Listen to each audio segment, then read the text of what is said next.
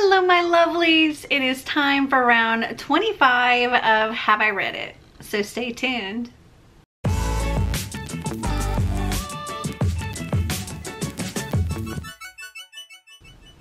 So I know it's been like 2 days since my last Have I Read It, but I literally just finished filming it.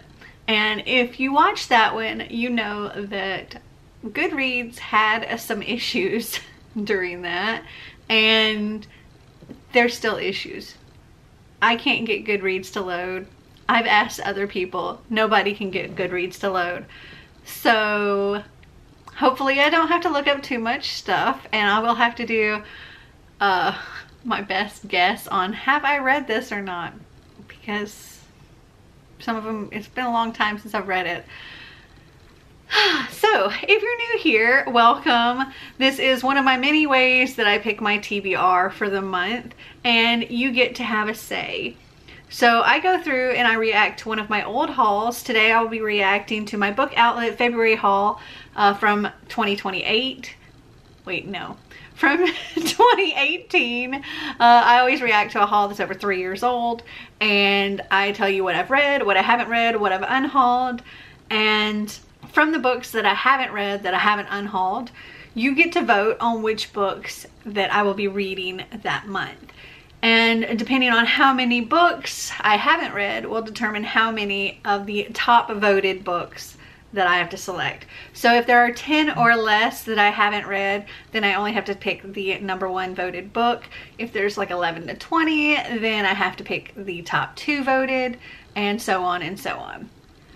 All right, so I have my video here and I have my earbuds. This isn't a long video, however, it's a big box, so wish me luck.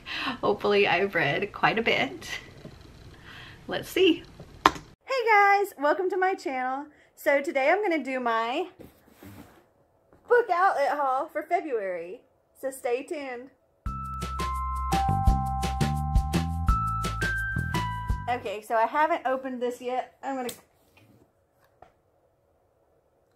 was gonna cut it open with my pen, but my pen just broke.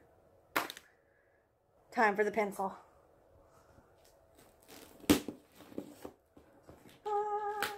Alright, let's open this baby up. And we've got paper! And more paper! And paper! And a coupon for $5 off. Yeah, I love these. Then my receipt here. So the first book in my box is This Savage Song by Victoria Schwab. If that's the first book, which I think it is, I have read that. Let me check. I'm gonna have to check on like Amazon to see if that's the case. Okay, yes, that is the first book, and I have read that. I don't think I ever read the second book, but I did read that one, so yay! We're starting out with a book that I've actually read. It's all downhill from here. Next. Okay, so the next book in my box is The Empress by S.J. Kincaid. I have not read that, I don't think. I believe I've read The Diabolic, but I don't think I've read The Empress. Hold on. Okay, yeah, I don't think that I've read it. I don't recall reading it. I do recall reading the first one. I probably would have to reread the first one in order to read that, but let me go grab it. So this series says it's the Red Queen meets the Hunger Games in this epic novel about what happens when a senator's daughter is summoned to the galactic court as a hostage, but she's really the galaxy's most dangerous weapon in disguise. And a diabolic is like an android or something like that that is meant to protect one person with their life, and the senator's daughter, either, I can't remember, people haven't seen her or something, or her diabolic is made to look so much like her that the diabolic is sent in her place just to find out that it's a trap. That's all I really remember about that one.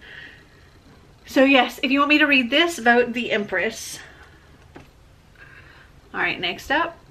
Okay, so the next book in my box is The 1,000th Floor by Katharine McGee. I have read The 1,000th Floor. Yay! Next. Okay, so I don't know about y'all, but anytime I order anything from Book Outlet, I always want to spend the $35 to make sure I get up to the free shipping, because I'm like, you know, what's the point in spending $5 more for shipping when I can spend $5 more for a book? So I usually end up with all of the stuff I want getting close to the $35, and I'm usually just a couple of dollars away. So I start like going through and just looking at things I've never even heard of until I can find a couple of things to, you know, put me over that $35 mark. So this next book is one of those items that I read the synopsis and it sounded interesting, so I added it to my cart, and it was really cheap. And that is Help for the Haunted by Jon Huckeby. Okay, I have not read that, so let me go grab it. All right, here we go. Let's see. It begins with a call one snowy February night. Lying in her bed, young Sylvie Mason overhears her parents on a phone across the hall. This is not the first late night call they have received, since her mother and father have an uncommon occupation, helping haunted souls find peace. And yet something in Sylvie senses that this call is different from the others, especially when they are lured to the old church on the outskirts of town. Once there, her parents disappear, one after the other, behind the church's red door, leaving Sylvie alone in the car. Not long after, she drifts off to sleep, only to wake up to the sound of gunfire. As the story moves back and forth through the years leading up to that night and the months following, the ever-inquisitive Sylvie searches for answers and uncovers secrets that have haunted her family for years. Capturing the vivid eeriness of Stephen King's works and the quirky tenderness of John Irving's novels, Help for the Haunted is told in the captivating voice of a young heroine who is determined to discover the truth about what happened on that winter night. I really wish Goodreads was up, because part of me feels like I did read this, but I can't remember. So I'm just gonna say, hold on, let me look at Goodreads and see if it's working. Okay, it is not. So I'm just gonna say that I have not read this. So if you want me to read this, vote Help for the Haunted. All right, next up. Okay, so the next two books in my box are Notorious and Poisonous by Allison Brennan. I have not read either of those. So let me get Notorious, because that is the first in that series. Okay, here we go. Let's see, this says, Maxine Revere has dedicated her life to investigating murders that the police have long since given up any hope of solving. A nationally renowned investigative reporter with her own TV show and a tough-as-nails reputation, Max tackles cold cases from across the country in every walk of life. But one unsolved murder that still haunts her is a case from her own past. And that's really all I'm going to read about that one. So if you want me to read this, vote Notorious. All right, next up. Okay, this next book is another one of those that I put in to kind of get me up to the $35 mark. But again, all of these that I picked like that, I picked them because they sounded interesting to me. So I'm assuming that I will like them. So this one is The Pocket Wife by Susan Crawford. I have not read that either. Hold on. Okay, this says a lot. Hold on. Dana Cottrell's life is in chaos. She's married to a lawyer who makes her feel trivial, as if stuck inside his pocket like loose change. She's also sliding towards the brink of insanity. Devastated by mania, part of her bipolar disorder, Dana finds that there are troubling holes in her memory, including what happened on the afternoon of her friend Celia's death. She's horrified to learn that she's the only other person with a key to Celia's house and the last person to see her alive. She and Celia have shared recipes and gossips, but not secrets, until that final afternoon. Closing her eyes, Dana can see images, loose pieces of a hazy puzzle, sangria in a glass, a tiny rip in Celia's screen door, Celia lying in a pool of blood, the broken vase beside her head. The kitchen knife was just so above her hand. But there are infuriating, terrifying gaps. Is murder on her mind, or is it all in her head? As evidence starts to point in her direction, Dana will use the clarity her mania brings to fill in the blanks and clear her name before her demons win out. But her husband's odd behavior and the persistent probing of Detective Jack Moss complicate Dana's search for answers. The closer she comes to piecing together shards of her broken memory, the closer Dana comes to falling apart. Is there a killer lurking inside her, or is there one out there in the shadows of reality waiting to strike again? A story of marriage, murder, and madness. The Pocket Wife is a sophisticated, gripping tale of psychological suspense that explores the world through the foggy lens of a woman on the edge. Interesting. Okay, so if you want me to read this about The Pocket Wife. Okay, it looks like we're about halfway through with this, and I only have 4 books so far, so it's not looking that terrible. Next up. Okay, so the next book in my box is 101 Things You Should Do Before Your Kids Leave Home. I haven't read that. I've already got one kid that's left home. Oops. Ah. Okay, let me grab that. If I can find it. To think of where that would be. Hold on. Okay, I can't find that book. It's possible that I may have unhauled that, because I think most of it was like little kid kind of stuff. So yeah, I think I'm just gonna mark that as unhauled because I can't find it on my shelves. Next up.